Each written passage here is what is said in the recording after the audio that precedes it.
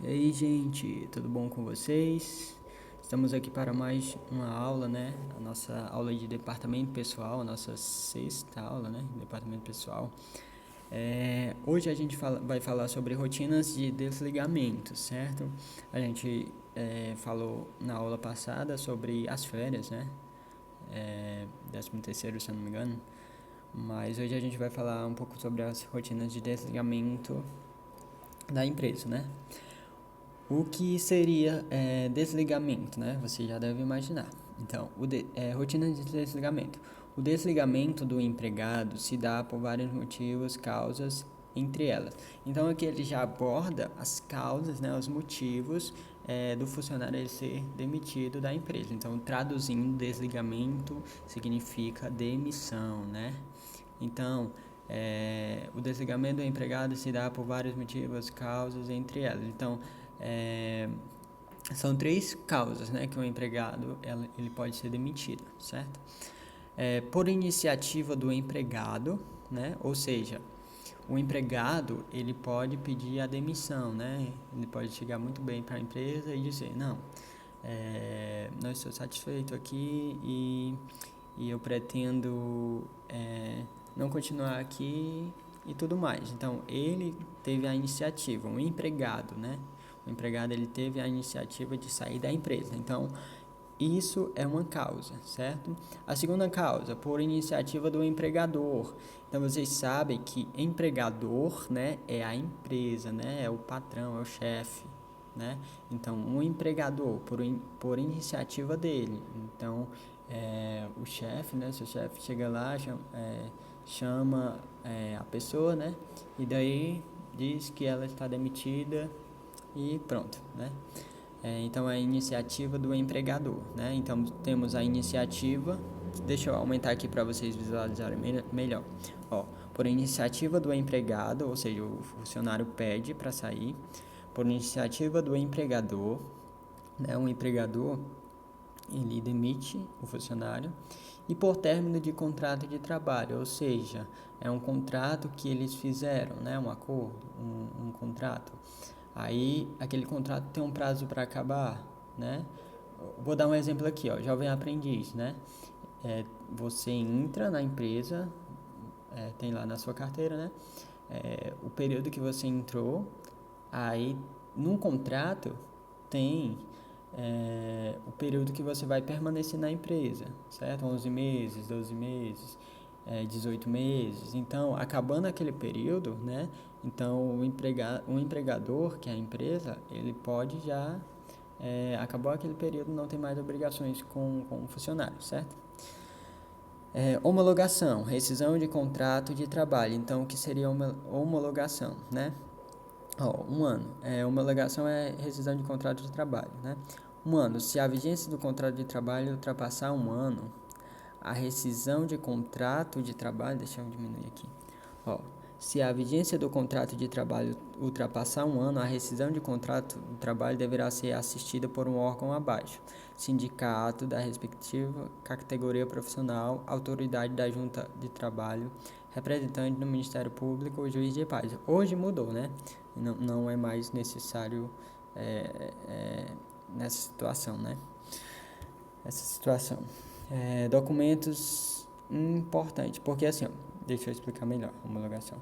Porque assim, ó, durante um ano, se o funcionário tivesse um ano de carteira assinada, né, era necessário, obrigatoriamente, né, ele fazer a rescisão de contrato, ela deveria ser homologada, certo? Pelo sindicato, né? Então era obrigado, né? Mas atualmente acredito que não seja mais necessário, certo? Isso. Documentos importantes. Ao desligar um empregado, é importante se ater a alguns documentos, passos imprescindíveis nos processos, como dar baixa na CTPS, dar baixa na ficha ou no livro de registro.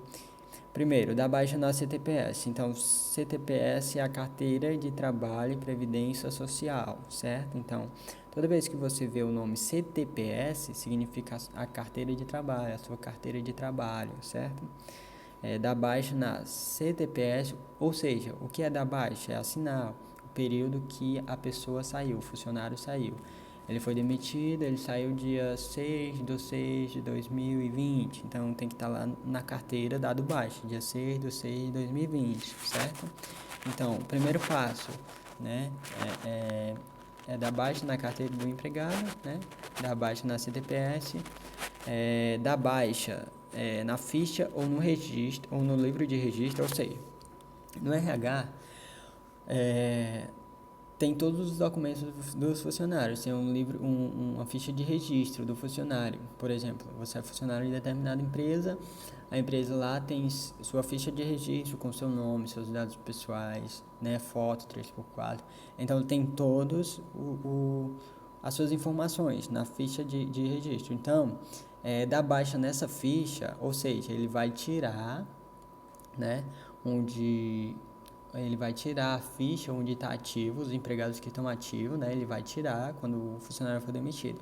Ele vai tirar aquela ficha e vai colocar numa ficha de desligamento, numa pasta de desligamento. Então, são pastas diferentes, certo? Então, enquanto ele estiver na empresa, ele vai estar na pasta de ativos da empresa. Depois que ele foi dispensado, a ficha de registro dele vai para a pasta de desligamento, certo? Então, todo o RH ele tem que ter esse controle. Então, incluir o nome na lista de desligados, né?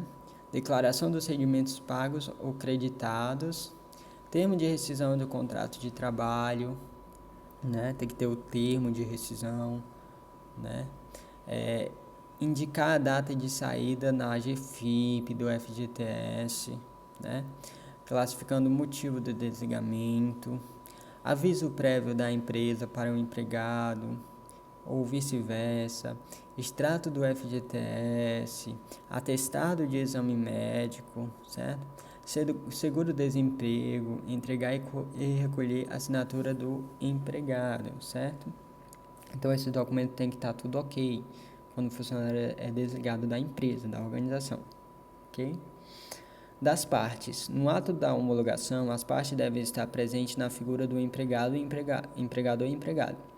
Se o empregador não puder comparecer, pode ser representado por um preposto credenciado e o empregado, excepcionalmente, pode ser representado por um procurador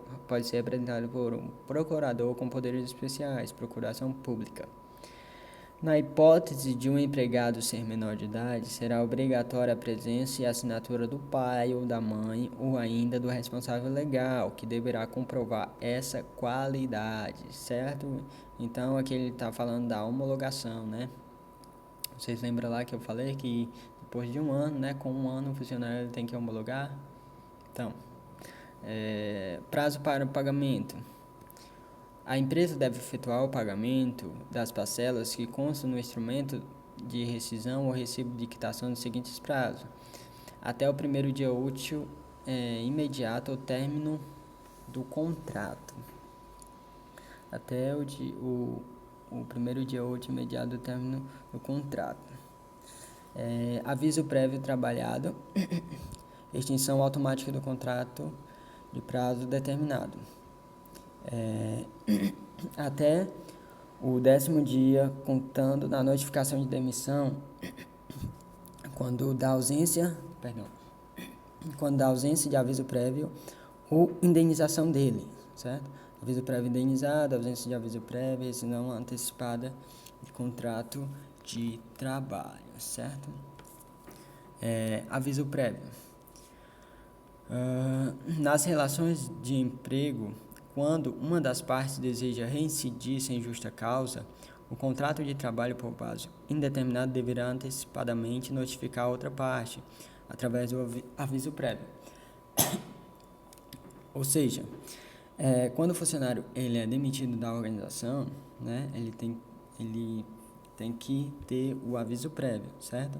Se passou daqueles 3 meses de contrato de experiência, que são 90 dias, que, se eu não me engano, eu mostrei na primeira ou foi na segunda aula. Passando aquele período, o empregado ele já tem direito ao aviso prévio, né? Então, ele vai cumprir, né? O empregador, se for de iniciativa do empregador, ele vai ter que fazer o aviso prévio daquele funcionário, daí deixar ele ciente que ele vai cumprir aquele aviso, né? E ele pode ser indenizado ou trabalhado, ou seja, o aviso prévio indenizado é um aviso onde o funcionário ele trabalha, né, e recebe no final o salário normal, certo?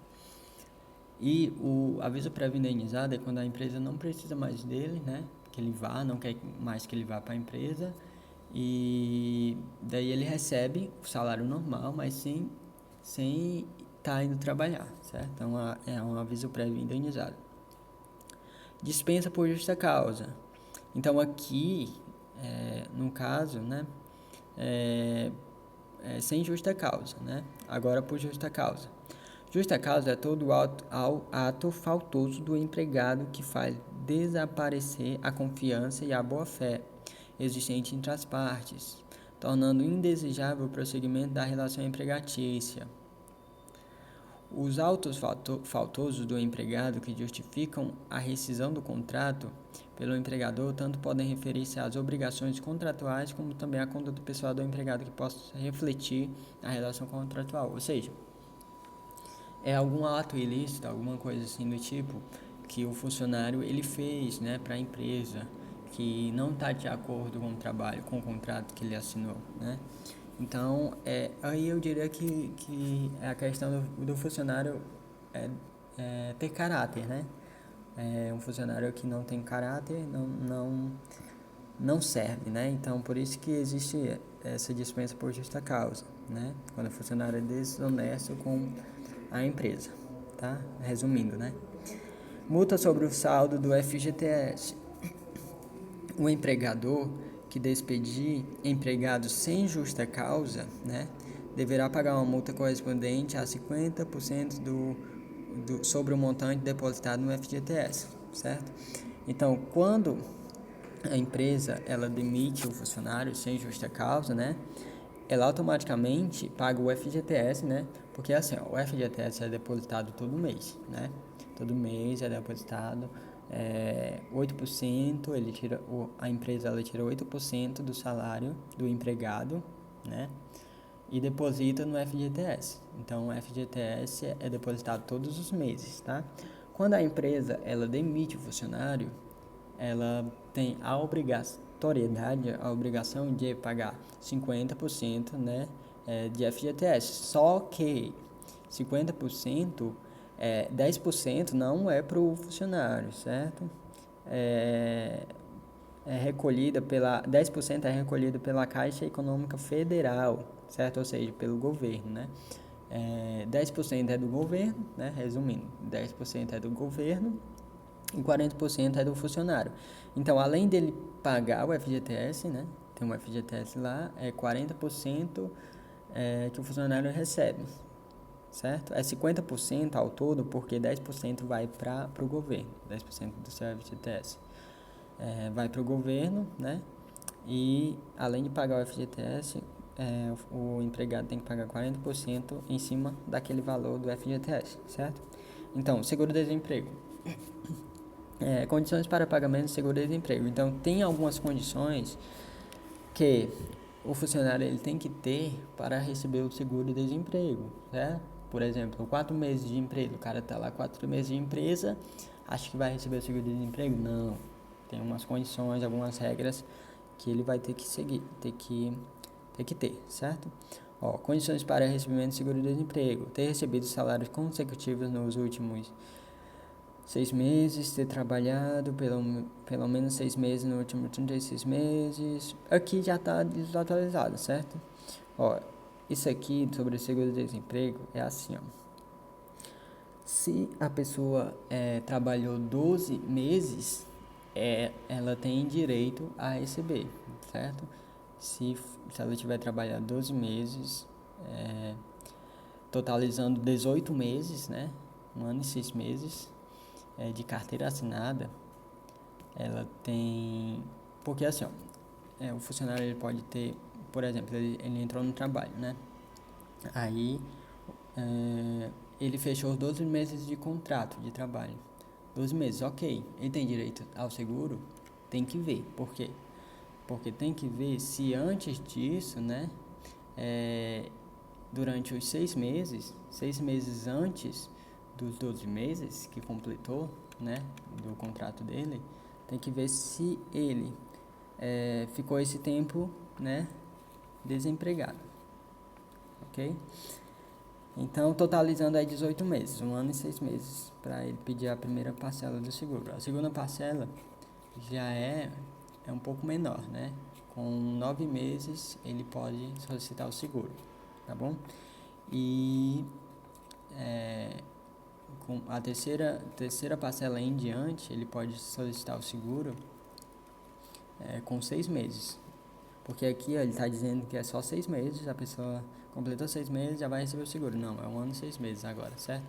Totalizando no geral, certo? 1 ano e 6 meses. E 9 meses para quem pede o seguro-desemprego pela segunda vez. E pela terceira vez ou mais é 6 meses. Aí sim, é 6 meses de contrato de trabalho, porque mudou, certo? Aqui tem uns exercícios práticos, certo? Essa daqui, eu vou ser bem sincero pra vocês. Deixa eu ver, cadê? Ops, me perdi agora, ó. 13º eu já falei, né? Ó, cadê?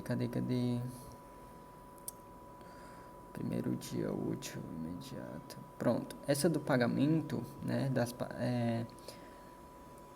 Da rescisão, do pagamento da rescisão, ela mudou, certo? Eu vou estar trazendo o vídeo, o próximo vídeo que eu for gravar, né? Eu vou tentar atualizar, né? O pagamento, tentar atualizar e dizer para vocês, porque aí ele disse que é até o primeiro dia útil imediato ao término do contrato, só que mudou, né? Se eu só ver aqui. Então, foi... Tá desatualizado, na verdade. Então, eu vou trazer um vídeo contando sobre o pagamento da rescisão, né? Um vídeo básicozinho, só para vocês não ficarem com nenhuma dúvida, certo? Porque no artigo 477, né? Ele foi alterado, certo? Com a nova lei aí, né? Que colocaram esse pagamento do salário, né? Quando o funcionário ele sai da empresa, tem um período que a empresa ela tem que pagar, né? Ela mudou, certo? Então eu vou estar trazendo ou até mesmo editando esse vídeo aqui para colocar, para atualizar para vocês, certo? Com quanto tempo a empresa tem, qual o prazo que ela tem para pagar depois da rescisão, certo? Então era só isso mesmo, tá bom? Até a próxima aula. Qualquer dúvida aí, estou aqui. Valeu!